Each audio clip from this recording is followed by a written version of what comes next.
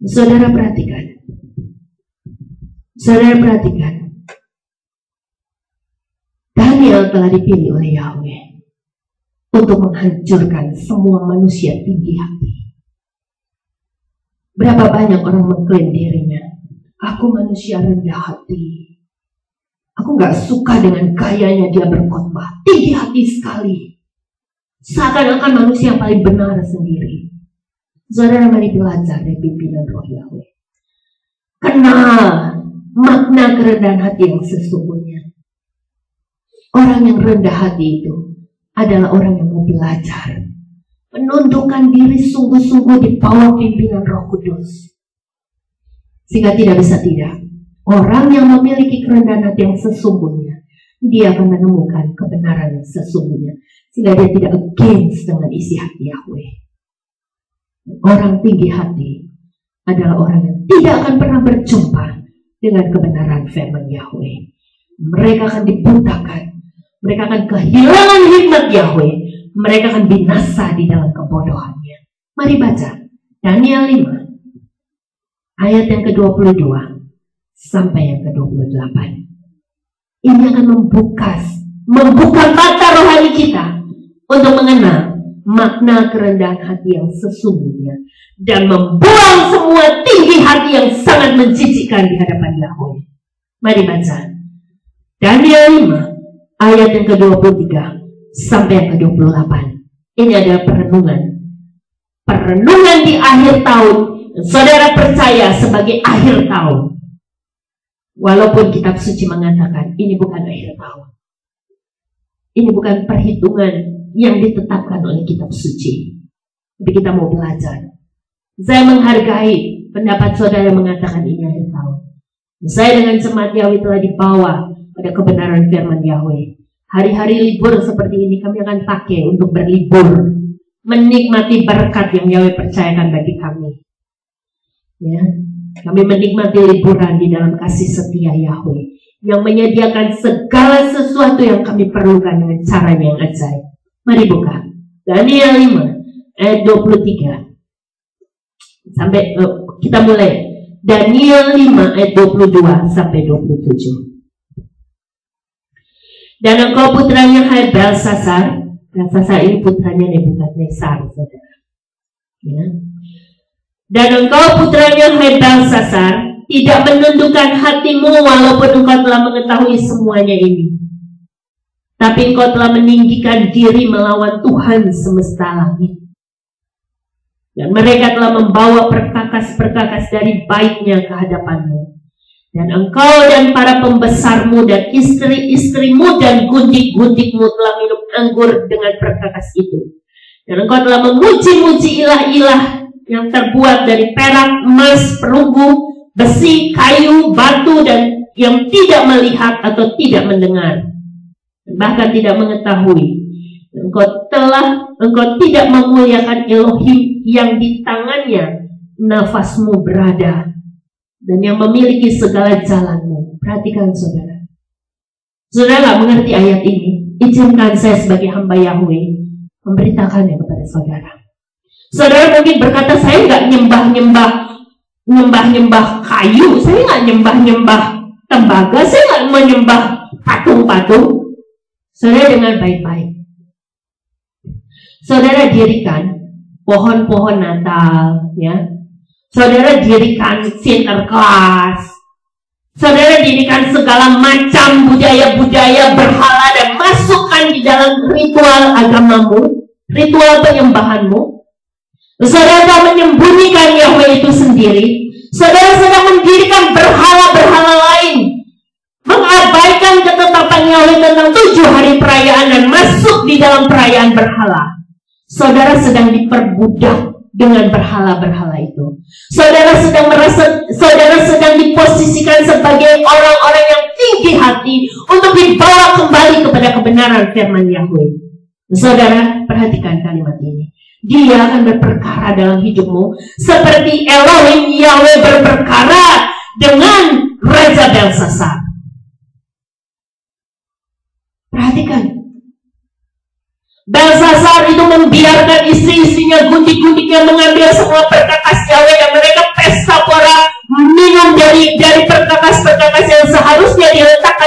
di dalam bait Elohim. Mereka berpesta pora. Saudara telah menjadikan rumah Elohim, tempat di mana umatnya seharusnya beribadah menyembah Dia. Saudara pakai itu untuk menyembah perayaan-perayaan Dewa Matahari. Saudara pakai kombinasikan itu, campur adukan semuanya itu dengan perayaan-perayaan yang menjijikkan di hadapan Yahweh. Ini yang saudara nggak sadari. Saudara adopt perayaan buat Dewa Matahari yang mereka percaya, lalu saudara gantikan itu sebagai perayaan untuk merayakan hari lahir Yeshua. Ini sangat menjijikkan di hadapan Yahweh. Saudara nggak akan pernah memahami dan menyadari itu. Saudara tidak merendahkan hati, menundukkan hati untuk dipimpin oleh Roh Kudus. Perhatikan, Belsasar tidak menyadari itu. Dia merasa, oh saya punya Tuhan sendiri, saya sembah Tuhan saya. Tapi Yahweh pakai permaisuri untuk menyadarkan ada satu orang yang penuh dengan hikmat ilah yang Maha Kudus, dapat mengungkapkan apa yang seharusnya engkau sadari. Dan Daniel berkata, engkau sedang dalam posisi yang sangat tinggi hati di hadapan Yahweh, dan engkau akan dihancurkannya. Saudara deteksi ini. Ayat 24 mengatakan, maka bagian tangan itu dikirimnya dan tertulislah tulisan ini. Dan inilah tulisan yang tertulis itu, mene tekel uparsin. Inilah arti dari hal itu. Mene, Elohim telah menghitung kerajaanmu dan mengakhirinya. Tekel, engkau ditimbang dengan neraca dan didapati kurang. Peres, kerajaanmu dipecah dan diberikan kepada orang Media dan Persia. Mene tekel uparsin.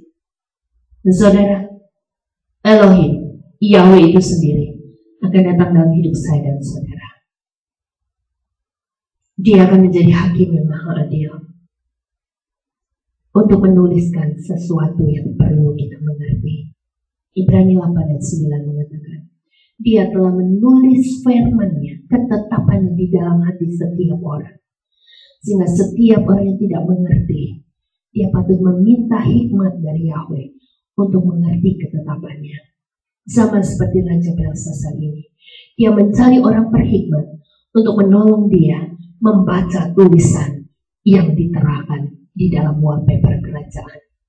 Akhirnya dia mengerti, mene tekel uparsin. Artinya, Elohim menghitung kerajaanmu dan mengakhirinya. Dia menimbang bahwa neracamu didapati kurang, dan kerajaanmu akan pecah dan diberikan kepada yang lain. Saudara, tulisan ini ada di dalam hati kita masing-masing. Elohim mengingatkan saya dan saudara. Elohim menyadarkan saya dan saudara bahwa Dia telah menghitung kehidupan kita. Jangan sampai dia mendapati bahwa ada neraca yang tidak adil di dalam hidup kita. Neraca yang kurang dari standar yang dia mau di dalam hidup kita. Dia bukan Tuhan yang jahat. Dia bukan Tuhan yang sadis. Tapi dia Tuhan yang maha baik, maha pemurah. Dia tahu kekurangan kita, dia tahu keterbatasan kita, dia tahu kelemahan kita. Dia turun sebagai juru selamat untuk menjadikan kita menjadi orang yang dipulihkan, yang sanggup hidup di dalam tuntunan Roh Kudus untuk memiliki standar kekudusan sesuai dengan isi hatinya. Sekarang masalahnya, saya dan saudara mau dikuduskan, mau dipulihkan, mau dibawa kembali, atau menolak tangan kasih-Nya dan berkata, cukup. Kau mau hancurkan hidupku, kau mau binasakan hidupku, kau mau akhiri hidupku, I don't care. Ini hidupku. Atau saudara mau berkata, ampuni saya Tuhan, dari kebodohan saya, dari kekurangan ajaran saya, dari ketidakpedulian saya, akan semua kebenaran yang kau sudah singkapkan dalam hidup saya. Sekarang saya mau datang. Saya tahu Kau Tuhan yang selalu memberi kesempatan kepada saya. Kita bertobat, kita mengambil sikap, kita membuka hidup kita, siap dipenuhi oleh kepenuhan Roh Kudus-Nya sampai akhirnya. Mari kita buka Daniel 6 ayat yang ketiga. Ini sikap yang lahir dari pribadi yang secara konsisten dan kontinu memiliki hubungan pribadi dengan Roh Yahweh itu sendiri. Enggak kalau ada pencobaan baru datang sama Yahweh, enggak kalau ada permasalahan baru gerabak gerubuk kepada Yahweh. Tapi orang yang memiliki konsisten dan kontinu untuk memiliki hubungan pribadi dengan Roh Kudus itu sendiri, dia akan bertumbuh menjadi orang yang memiliki iman seperti Daniel. Mari buka Daniel 6 ayat yang ketiga. Dan Daniel ini menjadi lebih terkenal daripada para pejabat tinggi dan para raja wilayah itu, karena roh yang luar biasa ada padanya. Raja merencanakan untuk menempatkan dia di atas seluruh kerajaan. Kemudian para pejabat tinggi dan raja wilayah itu mencari celah melawan Daniel berkaitan dengan pemerintahan. Tetapi mereka tidak dapat menemukan celah atau kesalahan apapun karena dia dapat dipercaya. Perhatikan saudara. Daniel itu kalau orang memiliki hubungan pribadi dengan Roh Kudus itu sendiri, orang lain pun mengakui dia nggak punya satu keburukan, satu kejelekan, kecuali dia itu orang yang against dengan segala kompromis. Orang yang nyebelin banget. Kalau udah bicara tentang kebenaran itu orang benar-benar nyebelin banget. Gak bisa toleransi, gak bisa diajak. Oke lah, jangan terlalu keras, jangan terlalu ekstrim. Pokoknya nyebelin banget kalau ketemu sama dia untuk hal yang satu itu. Kalau untuk berbuat baik, bersikap ramah, bersikap yang benar, nggak boleh jahat, oh dia paling oke banget. Tapi jangan untuk yang satu itu, dia nggak kompromi. Dia akan benar-benar seperti nyebelin banget. Ini hasilnya saudara. Orang yang bersungguh-sungguh dengan Roh Kudus itu gak kompromi dengan kong kali kong. Iya, enggak. Itu keputusannya. Kita boleh belajar dari Daniel. Dia berkata, kita akan lihat perkataan selanjutnya. Dan kita akan melihat apa reaksi dari orang-orang di sekitarnya. Orang-orangnya berkata, mereka tidak dapat menemukan celah atau kesalahan apapun karena dia dapat dipercaya. Orang yang memiliki hubungan dengan Yahweh itu bisa dipercaya, saudara. Saudara nggak perlu ragu bahwa dia akan nusuk saudara dari belakang. No way, tidak akan pernah terjadi. Dia akan berkata face to face, kamu salah, kamu bertobat. Dia nggak akan, oh ya, tapi di belakangnya saudara ditusuk dari belakangnya. Tidak akan pernah terjadi seperti itu. Daniel akan menjadi orang yang iya, tidak. Dia nggak peduli raja mau buang dia ke gua singa, dia nggak peduli, saudara. Dan semua orang sekelilingnya tahu kenyataan itu, faktanya demikian. Dan dia berkata, maka orang-orang ini berkata, nih orang-orang penjilat itu bersekongkol untuk ngejatuhin Daniel. Ya, puji Yahweh, saya sudah mengalami bolak-balik hal seperti itu. Dan saya bersyukur Elohim yang disembah Daniel itu eksis sampai hari ini dan sampai kapanpun. Dia membela hidup saya. Orang mau kong kali kong di belakang saya, orang mau berbuat jahat di belakang saya, Yahweh saya itu setia membela hidup saya. Ini, mari kita baca ayat yang kelima. Maka orang-orang itu berkata, kita tidak akan menemukan suatu celah melawan Daniel ini, kecuali kalau kita menemukan suatu melawan dia yang berhubungan dengan hukum Elohimnya. Mereka temukan satu alasan untuk menjatuhkan Daniel bagaimana caranya. Manusia penjilat yang punya hati jahat ini, mereka temukan satu alasan. yang mereka pikir cukup untuk membuang Daniel dari hadapan raja. Mereka berhasil. Tapi kabar baiknya, kitab suci mencatat kebodohan mereka membawa mereka dalam kebinasaan. Mari baca ayat 6. Kemudian para pejabat tinggi dan para wilayah itu berkumpul bersama menghadap raja dan berkata hal ini. Raja Darius hidup selama-lamanya. Ya. Hal yang seperti ini Daniel juga bagian dari mereka. Daniel itu bukan orang yang jahat, yang gak menghormati eksistensi raja. Dia menghormati eksistensi raja, tapi dia bukan penjilat. Kalau rajanya gak benar, dia berani mengatakan engkau gak benar. Yang patut aku sembah itu adalah Tuhan Elohim. Aku menghormati engkau sebagai raja, sebagai pribadi yang diberikan kekuasaan oleh Tuhan Maha Pencipta untuk memimpin sekian banyak rakyat. Tapi engkau tidak layak untuk merampas kemuliaan yang seharusnya aku berikan kepada Tuhan Maha Pencipta. Engkau tuh cuma ciptaan sama dengan aku. Dan ini yang dilakukan Daniel. Kita baca selanjutnya. Semua pejabat tinggi kerajaan ini, semua penguasa dan raja wilayah, para pejabat dan para gubernur telah merencanakan bersama untuk menetapkan suatu undang-undang kerajaan dan membuat suatu larangan yang keras bahwa barang siapa yang menyampaikan permohonan kepada ilah atau manusia dalam 30 hari ini kecuali kepadamu ya raja, dia akan dilemparkan ke dalam gua singa. Ini, para penjilat ini menyodorkan satu rancangan undang-undang kepada raja bukan untuk ketertiban saudara, tapi untuk menghancurkan Daniel, karena mereka tahu tidak ada satu hal yang dapat mereka ambil untuk menjebloskan Daniel, untuk menghancurkan Daniel, kecuali hal yang satu ini. Karena mereka tahu banget bagaimana Daniel bersungguh-sungguh dengan Tuhannya, bagaimana Daniel menyembah Tuhannya lebih daripada yang lain. Dan mereka berhasil.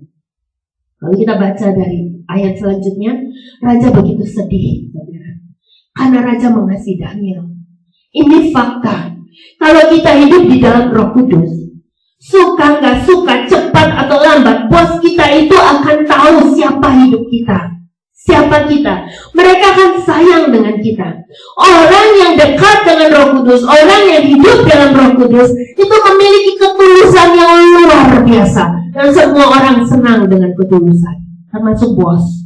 Bos itu paling senang punya anak buah yang tulus, yang gak cuma hormat-hormat di depan dia, tapi di belakangnya pun mereka hormat dengan bosnya. Ini sikap orang yang memiliki Roh Kudus. Sehingga gak bisa enggak. Orang yang memiliki Roh Kudus itu akan menjadi suami yang sayang istri dan disayang sama istri.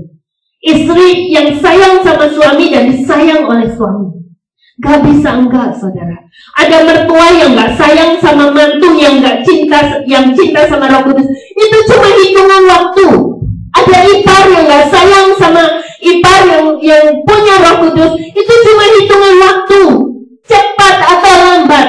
Seorang yang punya sahabat di dalam Roh Kudus, seorang yang punya mantu di dalam Roh Kudus, seorang yang punya suami di dalam Roh Kudus, seorang yang punya istri di dalam Roh Kudus, seorang yang punya orang tua, punya anak di dalam Roh Kudus, cuma tinggal hitungan waktu. Mereka gak akan pernah kecewa memiliki seseorang dalam hidup mereka yang mengasihi Roh Kudus. Ini cuma hitungan waktu, saudara. Kitab suci sudah mencatat, sekalipun raja tahu Daniel itu tidak menyembah dia 100%. Daniel gak mau menempatkan dia di atas Tuhannya. Dia tahu bagi Daniel, raja itu di bawah Tuhannya Daniel. Tapi raja sayang sama Daniel, karena Daniel itu orang yang tulus. Orang yang gak bekerja karena upah. Orang yang gak bekerja karena menjilat. Tapi orang yang bekerja sungguh-sungguh untuk nilai-nilai yang luhur sesungguhnya. Dan kitab suci mencatat, raja memiliki dilema yang luar biasa untuk menjebloskan Daniel di dalam gua singa. Mari kita baca, saudara. Mari kita baca. Waktu Daniel akhirnya, saudara bisa baca di rumah, akhirnya Daniel masuk ke gua singa, karena penjilat-penjilat itu punya ulah. Ayat yang ke-20 kita harus baca. Mari. Dan ketika dia tiba di gua itu, ya raja, besoknya dia nggak bisa tidur, saudara. Dia care about Daniel. Lalu dia bangun, dia datang ke gua itu, dia berseru dengan suara yang sedih kepada Daniel. Raja berbicara dan berkata kepada Daniel, Daniel, hamba Elohim yang hidup, Elohimmu yang kepadanya engkau selalu melayani, apakah dia sanggup melepaskan engkau dari singa-singa itu? Lalu Daniel berkata kepada raja, ya raja, hiduplah selamanya. Ini gambaran, ini fakta dari orang yang sungguh-sungguh hidup di dalam Roh Kudus. Sekalipun dia diperlakukan dengan tidak adil, sekalipun dia diperlakukan dengan sikap yang jahat, dia eksis untuk berdiri dalam hidupnya, untuk melakukan semua yang baik, tulus dan terhormat. Dia nggak benci sama raja.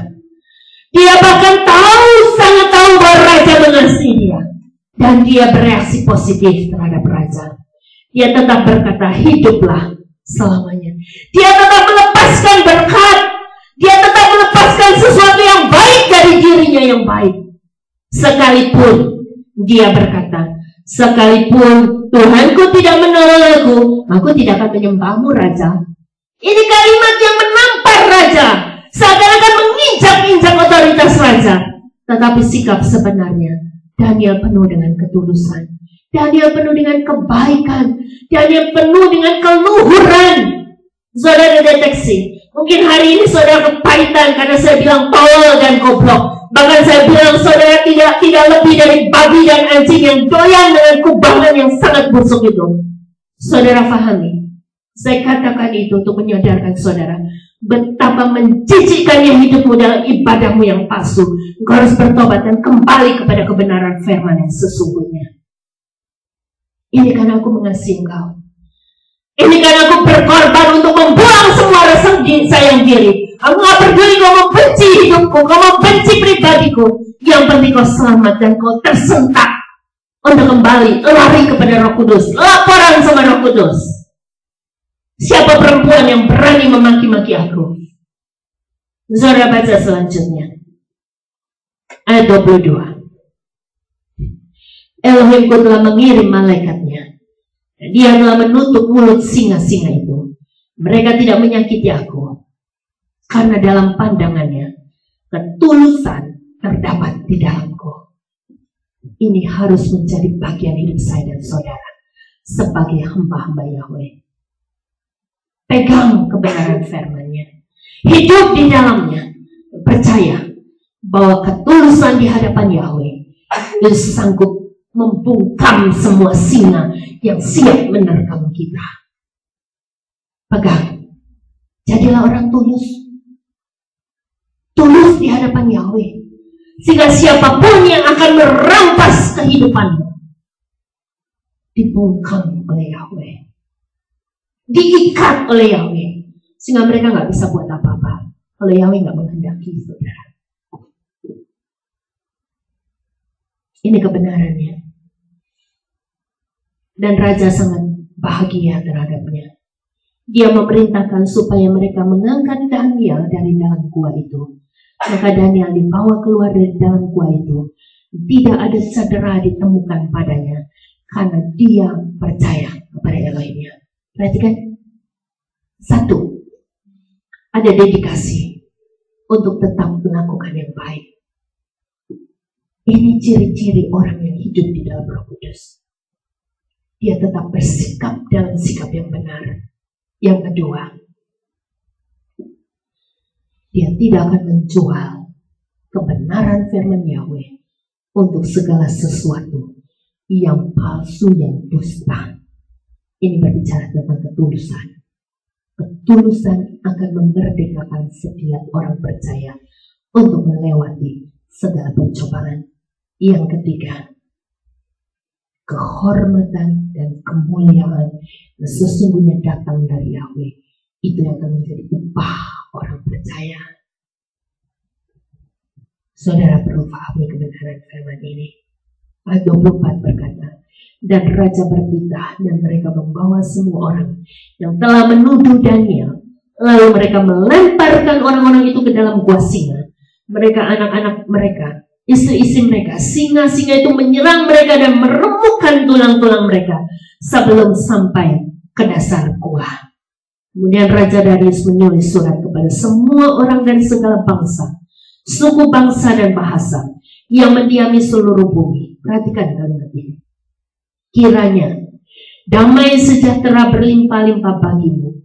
Aku membuat surat keputusan bahwa di seluruh daerah kerajaanku orang harus gentar dan takut kepada Elohimnya Daniel. Tuhan itu cuma satu, saudara.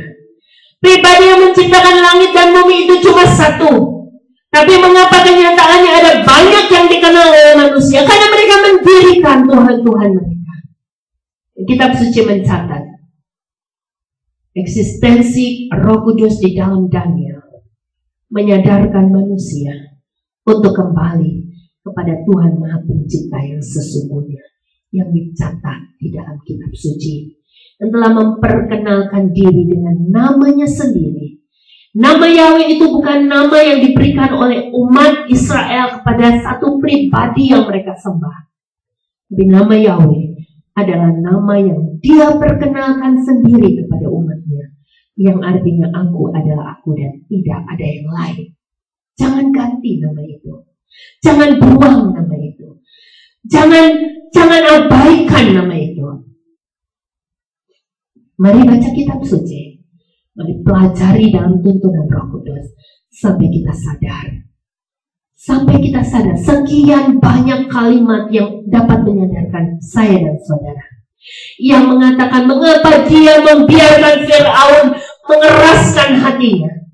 Dan kitab suci mencatat supaya kebesaran Yahweh diperintahkan dan dimasyurkan, supaya setiap bangsa mengetahui bahwa ada satu pribadi yang menamakan dirinya Yahweh, yang harus dikenal oleh bangsa-bangsa, dan Dia telah memperkenalkan dirinya kepada bangsa pilihannya Israel. Dan kitab suci mencatat bahwa Daniel diizinkan dibuang ke dalam gua singa supaya Raja Darius, Raja Belsasar, turunan Nebukadnezar melihat bahwa hanya ada satu pribadi yang telah membela Daniel, yang harus dikenal dan disembah oleh seluruh bangsa dalam berbagai bahasa. Dan yang terakhir, Dia melepaskan dan menyelamatkan. Dia membuat tanda-tanda dan mujizat di langit dan bumi. Dia telah melepaskan Daniel dari cengkraman singa-singa. Saudara, hari ini saudara masih berpikir, oh, Tuhan yang aku sembah itu juga melepaskan aku dari sakit penyakit. Tuhan yang aku sembah itu juga melepaskan aku dari segala problem hidupku. Dia membuka jalan-jalan yang tertutup yang selama ini gak ada masalah tuh. Tinggal tunggu waktu, saudara. Tinggal tunggu waktu. Pengajaran pada pagi ini mengingatkan saya dan saudara, orang yang tinggi hati akan direndahkan serendah-rendahnya sampai ke alam maut. Dan mereka adalah orang yang memberontak tentang pengajaran untuk dibawa kembali kepada pengajaran yang sesungguhnya, yang sudah dicatat dengan sangat tegas dan jelas di dalam kitab suci. Saudara nggak bisa bilang, saya percaya kitab suci itu. Tapi sorry, pengajaran yang engkau beritakan itu, aku nggak bisa nangkep. Bahkan yang ada di pikiranku, kau seperti orang yang stres dan gila. Saudara dengan baik-baik, saya mengasihimu. Saya berdoa kepada Yahweh. Saya merenungkan firman-Nya dan berkata, Yahweh ampuni mereka. Mereka bukan melakukan apa yang mereka tidak tahu. Mereka melakukan apa yang mereka tahu. Dan mereka sengaja menyakiti hatimu. Ampuni mereka. Dan ini tinggal tunggu waktu. Kalau saudara masih pegang, ini adalah akhir tahun menuju tahun yang baru. Saya menghargai pendapat saudara. Jadikan apa yang kau anggap sebagai akhir tahun dan masuk tahun yang baru untuk memulai kehidupan yang baru di dalam tuntunan Roh Kudus, sampai kau menikmati pengajaran Yahweh yang sesungguhnya, masuk di dalam jalan keselamatannya, dan kau akan merasakan bedanya. Keselamatan yang sesungguhnya akan menjadi milikmu, sama seperti Dia sudah mencurahkannya di dalam hidupku dan di dalam banyak jemaat. Sudah dengan rendah hati mau dibawa kembali kepada Tuhannya Daniel, Tuhannya Nuh, Tuhannya Abraham, Tuhannya Ishak, Tuhannya Yakub, Tuhannya Esther, Tuhannya Yesua yang adalah Dia sendiri yang mati di kayu salib. Tidak ada Tuhan yang lain kecuali Dia, dan telah menubuatkan kepada nabi-nabinya, aku akan datang kepada umatku sebagai juru selamat mereka, dan kelak aku akan datang kedua kalinya untuk menjadi juru selamat bagi orang-orang yang mengikat perjanjian darah dengan aku. Saudara jangan pikir saudara akan diselamatkan jika saudara tidak mau dibawa kembali untuk masuk di dalam perjanjiannya yang kudus. Amin.